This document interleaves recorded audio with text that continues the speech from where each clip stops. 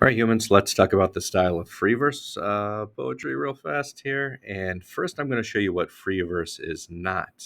We're used to seeing this in music, and we're used to seeing this style of poetry because it's what we've traditionally learned. And this is just kind of a silly one, but just looking at it, at this silly poem here, we see that the lines end about here and generally end, here-ish.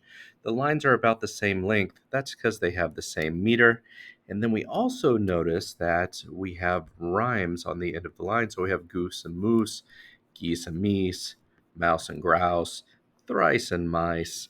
And we see it goes rhyme, rhyme, rhyme, rhyme, rhyme, rhyme. So all the lines are about the same length, they have the same meter, and they have a continuous rhyme scheme. Well, that's not free verse, that's a very structured poem.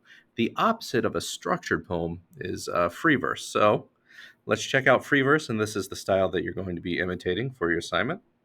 And it's Langston Hughes. It's from his collection of poems, a poem called Harlem. And by now, you should know a little bit about Harlem, its vibe and its style.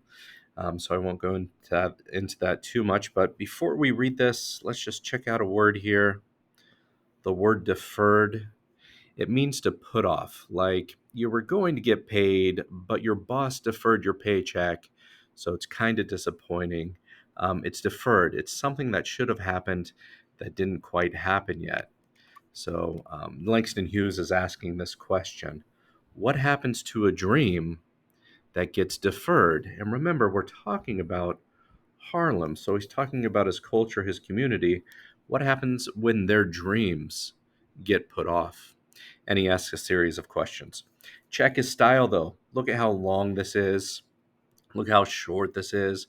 We've got a dash here. We've got a dash here. We're asking questions. We're making statements. And then we end it with some italics to really make things stand out. And we also, aside from the lines being different lengths, notice we have stanzas, right? A stanza is a group of lines. This stanza is one line.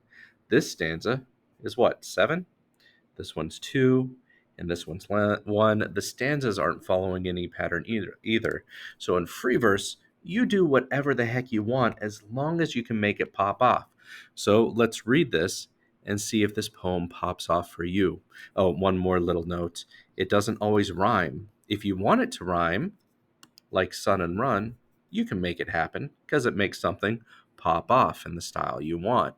Meat and sweet, again, he makes it pop off when he wants it to, but in free verse, you don't have to do it unless you want to. Let's see how this poem flows. Let's see if you like it. You can like it or hate it, but you've got to be able to imitate it. Here we go. What happens to a dream deferred?